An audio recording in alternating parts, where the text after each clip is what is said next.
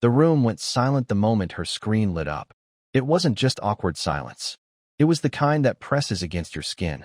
That slow, suffocating quiet where you know something's wrong, but your brain hasn't caught up yet. She tilted her phone slightly, as if hiding it from herself. Then she smiled. A crooked, guilty smile. The kind she used to flash after lying about eating the last piece of pie. And that's when my chest went cold. Not because I knew what the result was. Not yet. But because she smiled. Who the hell smiles when a joke test goes nuclear? Let me back up.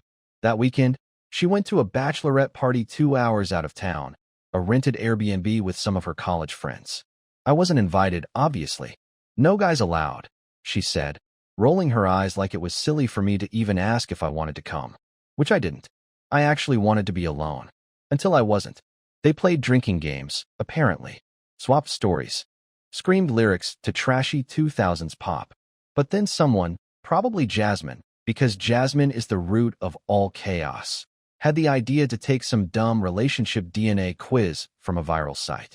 You spit in a tube. You scan a QR code. You wait 48 hours. And then it tells you whether your body chemistry is aligned with your partner's or someone else's. I didn't even know she took the test until 3 days later, when I walked into the living room and caught her refreshing her inbox like a teenager waiting on college acceptance letters. And when the result came in, she smiled. Not shocked, not confused, just pleased, quietly pleased, like it confirmed something she'd already been whispering to herself. I asked, "What's that?" She jumped, clutched her phone, laughed, too fast, too fake. "Oh, just stupid party stuff." I stood there, frozen, watching her fingers tremble. That's when I knew something cracked. Not because I saw the truth, but because she didn't want me to. And you don't hide a quiz result unless you already know what it's going to say. The rest of that day was a blur. I kept trying to convince myself that I was overreacting, that I'd misread everything, that maybe she was just embarrassed. Maybe it was just a dumb party quiz that told her she was secretly soul-bound to Harry Styles or some garbage like that. But that smile, it wouldn't leave my head. I've seen that exact smile once before, when she thought I was asleep and got a text at 2 a.m. that made her light up like a damn Christmas tree. Back then, she said it was her sister sending her a meme. This time, she said the result was just funny. But she never told me what it was. That night, she went to bed early. I stayed up in the kitchen, staring at the closed browser tab on her laptop. I wasn't going to check. I swear to God I wasn't. Until I did. The page had been left open, just minimized. Like she wanted it close, but hidden. It was a slick site, glossy design, fake science graphics, everything meant to feel fun and harmless. But then I saw her email and name already filled in. And under your match, there was a smiling profile photo of a man I didn't recognize. His name was Callan. And under his face, it said, "You have a 98.6% biological compatibility match with Callan B. Proximity match detected within 10 miles. I don't remember breathing. What kind of party game shows someone that? The site said it was a beta service, something to do with olfactory DNA signals, hormonal synchronicity, blah blah. Basically, it claims to identify someone you're chemically drawn to in real life. Not just fantasy matches. Actual people nearby. And Callan B. was apparently one of them. I clicked on his profile. It only gave public info. Age, 33. Status, divorced. Distance, 7 miles away. That's when I realized something even worse. She had turned on location permissions. The test didn't just find someone from a database. It scanned her surroundings, matched her to someone she'd been near recently. And the only time she had been out of town recently was that weekend. With the girls. With Jasmine. With the glitter. With the karaoke. And apparently, with Callan. My stomach flipped. This wasn't just a game. This was a trap, dressed up as a LOL for fun sleepover activity. And she had walked right into it. No, ran. But what came next was the part that broke me. Because Callan B. wasn't a stranger. He was already in her phone. The next morning, I didn't say a word. I watched her like she was some sort of delicate experiment, like if I blinked too long she might vanish or shapeshift. Every movement she made felt suspicious. The way she tucked her hair behind her ear, how long she paused at the fridge door, even the way she hummed a tune I didn't recognize while pouring orange juice. I hated that I noticed. I hated how I was suddenly hyper-aware of every tiny quirk, like I had become a detective in my own kitchen. But the worst part? She was happy. Or at least, She was trying to look that way. She made breakfast. She kissed my cheek. She asked if I wanted to go apple picking that weekend like nothing was wrong. Like she wasn't hiding a man in her phone with a 98.6% biological connection. And I couldn't take it anymore. When she left for work, I did what I told myself I would never do. I went through her phone. I know how it sounds. But after what I saw the night before, how could I not? I didn't even have to dig deep. Callan wasn't buried in some secret folder or hidden under a fake name. He was in her favorites. Just below her sister, above me. Not saved as Callan B, though. He was just Cal. There were no recent texts, or so it looked. But something felt edited. Too clean. Too curated. Like someone had wiped a kitchen counter with just enough crumbs left behind to look natural. So I scrolled through her photo albums instead. At first, nothing. Pictures of us, our cat, some classroom crafts. And then I found it. In an album I didn't even recognize, buried beneath a bunch of work-related screenshots. A blurry selfie. Her. Cal. A fire pit behind them. Red Solo cups. The same glitter jacket she wore to the bachelorette party. Timestamp. 11:43 p.m., 2 Saturdays ago. She hadn't mentioned any guys being there. Not once. I zoomed in. Their heads were too close. His hand wasn't visible, but hers was, resting somewhere below the frame, way too casually. The kind of casual that only happens when someone feels entitled to touch you like that. I closed the app, sat on the couch, stared at the wall like it might open up and suck me into it. Because here's the part one haven't told you yet. I know Cal. Not personally. Not well. But I've seen him. He works at the same damn school. He's the maintenance guy. Fixes windows. Mops up messes. He helped us jumpstart our car once in the parking lot. I shook his hand. He smiled at me. That was 3 months ago. She never told me they talked. Never said a word about him. But suddenly, they're biologically matched, taking selfies by a fire pit. And he's somehow one of her favorites? And you know what finally broke me? Not the match. Not the fire pit. Not the secret photo album. It was a damn calendar entry. I found it by accident. She had it hidden in a shared calendar labeled Workroom Cleaning Schedule. Inside, one note. Set for last Friday afternoon. Cal, blue sheets. 3 p.m. Airbnb. That's it. Nothing more. But it said everything. I didn't confront her that night. I couldn't. I sat on the edge of our bed for hours while she brushed her teeth, humming that same unfamiliar tune, like she was trying to hum herself out of guilt. I watched her from behind, the way her shoulders moved when she reached for the towel. The same shoulders I used to kiss without thinking. Now, I could barely look at them without wondering if he had done the same. She crawled into bed beside me like nothing was wrong. Her skin was warm, familiar, and I hated that my body still responded to her, even when my heart was rotting from the inside out. She asked if I was okay. I said I was tired. She believed me. I didn't sleep. The next morning, I made coffee like usual. But everything felt off. The mug felt too light, the spoon too loud against the ceramic. I couldn't stop thinking about that note. Cal, blue sheets. 3 p.m. Airbnb. Who the hell color codes a betrayal? I needed proof. More than screenshots. More than hunches and a sinking gut feeling. So I did something I swore I'd never do. I messaged Jasmine. Yeah, the same Jasmine who organized the bachelorette party. The same one who probably knew exactly who Cal was. I kept it short. Hey, weird question. Was there a guy named Cal at the Airbnb that weekend? No response for an hour. Then 2. Then she replied. Oh, why are you asking me that? That alone was confirmation. But I played dumb. Just curious. Marla mentioned someone helped you all light the fire pit. I mean, yeah. Bree's cousin stopped by with a few friends on Saturday night. I think one of them was named Cal. Why? So that's the story she'd prepped. A cousin's friend. A random visitor. Nothing serious. Just someone who happened to match her at a molecular level, who happened to already be in her phone, who happened to be scheduled into her fake calendar with blue sheets. I didn't respond to Jasmine. I couldn't. My hands were shaking too much. But now I had enough. Enough to ask her. Enough to look her in the face and say the thing I'd been rehearsing since the night I saw her smile at that result. So when she got home that night, I didn't wait. No, how was your day? No small talk. I just asked. Who's Cal? Her body went stiff. Like someone had hit pause on her soul. What? You heard me. Who is he? Don't lie. She opened her mouth. Closed it. Bit her lip. Like a kid caught stealing. And then, she said the one word that made something in me snap. Nobody. Nobody. She could have picked 100 lies, 1,000 excuses, but she chose the one that insults your intelligence and your pain at the same time. So I laughed. I actually laughed.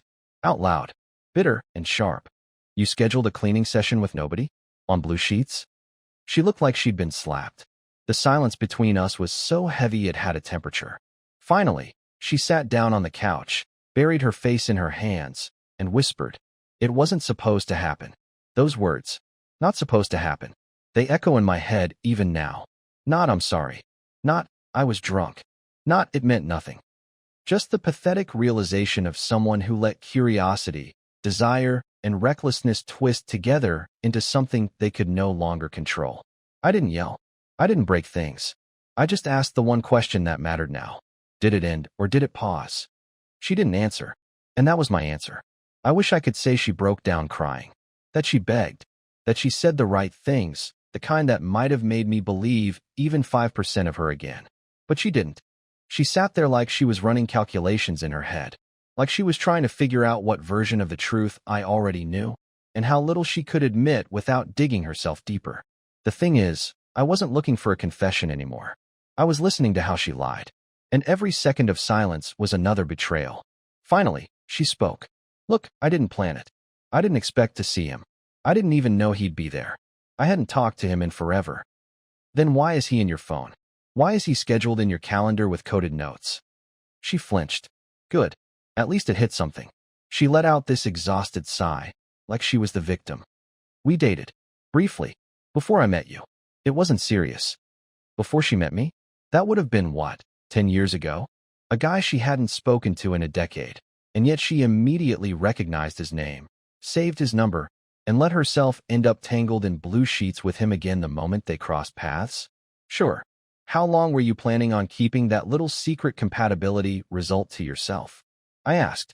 Or was that just going to be a funny little thing between you and your almost ex? That landed. She shifted. Her voice got quieter. I didn't even believe the result at first. I thought it was rigged, or just some dumb science thing. I didn't think it meant anything. But it gave you permission, didn't it? She looked up. That hit harder than anything I'd said all night. That's what it was, right? I kept going. It wasn't about love, or fate, or chemistry. It was about someone giving you a free pass with a scientific stamp on it. She didn't deny it. She just stared down at the floor and whispered, "I was curious." That word, curious. That's what 6 years of commitment boils down to. A glitchy matchmaking site says, "Hey, your hormones might vibe better with this guy." And you just test the theory? I could feel my jaw tightening, my throat closing. I walked to the kitchen. I needed space, air, a different room that didn't reek of the person she used to be. And that's when I saw her laptop. Still open. Battery low. A single tab glowing in the background. It was the compatibility site again. But this time, not just her profile. There was another result open. Another test. I clicked on it. My heart sank. It was my profile. She'd submitted my DNA too. Without telling me. She had used a toothbrush. Probably one of the disposable ones I leave in my travel kit. Or maybe that mouth swab from when I had that sinus infection. I don't know. I don't care. What mattered was that she'd tested me against her. Just like she did with Cal. And we weren't a match. Not even close. I wasn't her chemical bond. I was a statistical error in her life. But here's the twist. I scrolled down and noticed something even more insane. She'd submitted someone else too. A third person.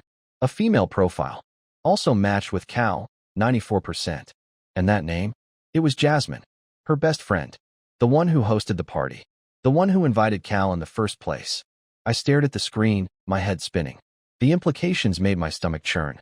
Was this some kind of game to them? Was Cal sleeping with both of them? Was this all a giant social experiment dressed up in wine and glitter? I felt sick. I didn't say anything to her that night. I went to the guest room, locked the door, and sat in the dark. Because suddenly, I wasn't just betrayed by my wife. I was starting to realize I didn't know who any of them were. The next morning, she acted like nothing had happened. She made eggs. She made 2 cups of coffee. She even put that dumb little leaf design in the phone like she used to when we first started dating, before either of us had real problems. Like latte art could cancel betrayal. I didn't touch it. I told her I had work calls and shut myself in the guest room. I didn't have any calls. I just sat on the floor, lights off, phone on silent, trying to slow down my breathing. My chest felt like it had been hollowed out and filled with gasoline. All it would take was one spark, one more lie, and I'd ignite. But I wasn't done digging. Not even close. I needed more than texts and screenshots. I needed to know how far this had gone, and how long she'd been capable of this version of herself. So while she was in the shower, humming again, a different song this time, more upbeat, which somehow made it worse, I walked into her office. It felt like breaking into a church. This was her sacred space. Walls covered in art from her students, inspirational sticky notes, dumb Pinterest quotes taped above the desk. You'd never expect someone capable of orchestrating 2 DNA tests and possibly sleeping with 2 people behind your back to have "Be kind to yourself" written in glitter gel pen above their monitor. I turned on her desktop. No password. She trusted me. Or maybe she was careless now because she didn't think I was a threat. Like I'd roll over and let this all rot in silence. I opened her documents folder. At first, everything looked normal. Lesson plans, tax receipts, a draft of a thank you speech she wrote for Teacher Appreciation Week. All exactly what you'd expect from someone who wears soft cardigans and cries during Pixar movies. But then I saw a folder buried 3 levels deep, inside a directory called Printables and Crafts. It was titled "If Things Were Different." That name. It punched me in the stomach harder than any admission she'd made so far. Inside were dozens of files. Some were text documents. Some were videos. Others were audio notes, voice memos with vague titles like June Reflection and What I Should Say. My hands were trembling as I clicked one of them. It was a video, low-res, shot in portrait mode. I hit play. She was sitting on the edge of a hotel bed, wearing a hoodie I didn't recognize. Hair up, no makeup. She looked tired, pale, but her eyes looked alive. More alive than I'd seen in months. She stared into the camera for a full 10 seconds before she even spoke. I told him I couldn't do this. I told him it was wrong. But when he touched me, it didn't feel wrong. It felt like waking up. She smiled. Not guiltily, not nervously, softly, like someone describing a secret garden. I keep thinking about what life would be like if I had met him first. If I hadn't settled into something safe. If I had let myself take a risk sooner. I know that makes me a coward. But God, it feels good to not feel numb for once. The video ended there. No goodbye, no apology. Just that quiet confession, a fantasy wrapped in betrayal. And that wasn't the only one. There were at least 12 other clips like that. Some longer, some just audio. In each one, she talks about him. Not always by name. Sometimes just he, or the other version of my life. She talks about her confusion, her guilt, her loneliness, and how me, had turned into background noise. She never said I was abusive, or cold, or even inattentive. She said I was safe. Do you know what it feels like to be disqualified because you made someone feel too safe? Like stability was some boring consolation prize she accepted because the other guy didn't show up in time? I clicked on a text file called Exit Plan. It was a checklist. Rent estimate for 2 BR alone. Storage unit prices. Timeline for conversation with Ellis. What to do if he cries. What to do if he doesn't. That last one, that destroyed me. She was planning everything down to my emotional reactions. Preloading responses like I was some broken NPC in a game she was done playing. And yet, she hadn't left. All this prep, all this emotion, all these secret files. But she was still here. Making eggs. Humming. Lying to my face like none of it ever left her computer. Why? Was she waiting for something? Or had she already made her decision, and I just hadn't caught up yet? My chest tightened again. I copied the entire folder to a flash drive I kept in the back of my desk drawer, the one labeled tax stuff, because I knew she'd never touch it. I didn't know what I was going to do with it yet, but I knew I needed proof. Not for the world. Not for court. Not even for friends or family. For me. Because gaslighting doesn't always come with shouting or slammed doors. Sometimes it comes with pancakes, fake smiles, and a voice that whispers, "Nothing happened." I didn't plan to message anyone. Honestly, after copying that folder, I felt numb. Too tired to be angry. Too hollow to even cry. It's like I was watching someone else's life dissolve through frosted glass. Mine, but muffled. Distant. But then, out of nowhere, Jasmine texted me. Not Marla. Not Cal. Jasmine. Hey, can we talk? I stared at it for a full 5 minutes before replying. My hands hovered over the keyboard, thinking of 100 sarcastic things to say. I landed on. Sure. What changed? She sent back a single sentence. I didn't know how bad it got. We agreed to meet at a coffee shop that Saturday. Neutral ground. She picked a place that Marla hated, too noisy, too bright. Maybe she thought that would help. Maybe she was trying to prove something. I don't know. When she walked in, Jasmine looked like a guilty teenager showing up to confess a broken window. Oversized hoodie, no eye contact, fingers trembling around her iced chai. We barely got through 2 minutes of small talk before she said it. I knew about Cal. I didn't blink. How long? She hesitated. Since before the party. My blood turned to ice. I thought the party was the beginning, the moment of weakness, the accident, the detour. But this was premeditated. How? I asked. How did you know? She looked ashamed. She told me. Months ago. They reconnected online somehow. He commented on some photo. They started talking. At first it was harmless. Then it wasn't. I leaned back. The chair creaked. I felt sick. She told you she was thinking about cheating, I said, barely keeping my voice steady. And you threw him into the mix at the bachelorette party like it was some kind of loyalty test? Jasmine's eyes watered. It wasn't supposed to be like that. I thought. I don't know what I thought. That maybe if she saw him again and it didn't feel like anything, it would help her get closure. I didn't think she'd actually sleep with him. She didn't answer. She didn't need to. You gave her the match, I said slowly. You gave her the circumstance. You wrapped him in glitter and wine and said, here's the man who makes you wonder. Jasmine looked like she wanted to disappear into the floor. She wiped her nose on her sleeve and said something that broke what was left of me. She wasn't going to go through with it. Until the test result came in. It said 98.6%. She showed me and said, how can something that right be wrong? My ears rang. Everything around me blurred. I couldn't hear the coffee machines or the other voices. Just that one sentence, over and over. How can something that right be wrong? Science doesn't hand out morality. It doesn't know about promises or pain or the years you spend holding someone up when they're too tired to hold themselves. It just spits out numbers, chemical signals, compatibility, and she used it as a hall pass. I stood up to leave, but Jasmine grabbed my wrist. There's something else, she said. I didn't want to hear it. I didn't want another twist. But I paused. She wasn't the only one who got a match. I frowned. What do you mean? Jasmine reached into her purse and pulled out her phone. She scrolled, then turned the screen toward me. It was a screenshot. Another DNA test result. Another profile photo. Another 98% match. But this time, it wasn't Marla. It was me. And the person I matched with? Wasn't her. Wasn't Marla. Wasn't Jasmine. Someone else. Someone I'd met once, months ago, in passing. I felt the floor shift beneath me. This test, Jasmine said, is ruining everyone. It's turning relationships into math. Turning love into probabilities. And it doesn't care what it breaks. She looked up at me.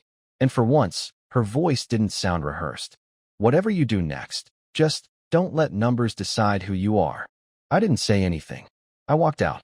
But I couldn't stop thinking about it. Because maybe, just maybe, I was never her match either.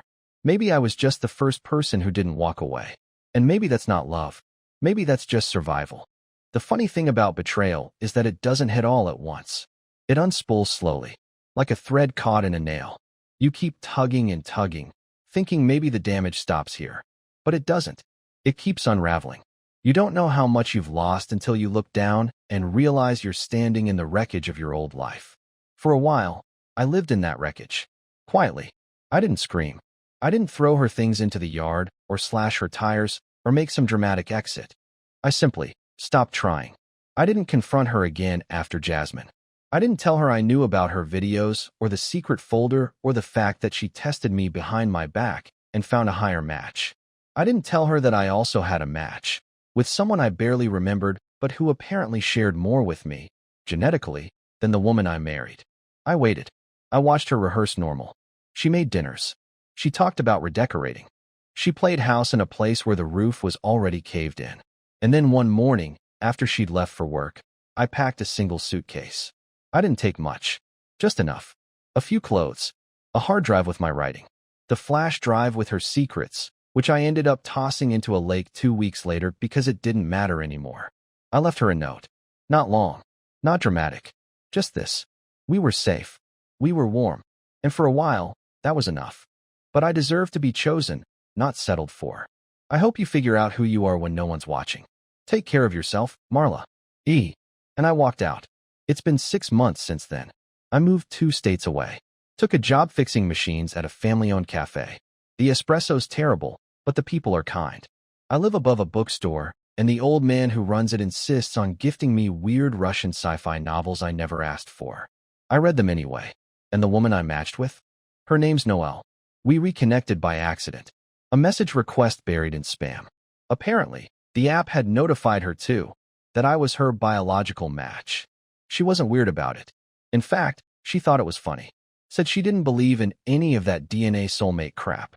But she did believe in long conversations and laughing until you cry and asking someone how they're really doing, and meaning it. We've had coffee, walks, more coffee. We're taking things slow. There's no spark explosion, no cheesy rom-com moment where everything just clicks. But there's something else. Something quieter. A calm curiosity. A willingness to stay. And after everything I've been through, that feels like magic. Not because the test said so, but because I chose to heal. Because I chose me.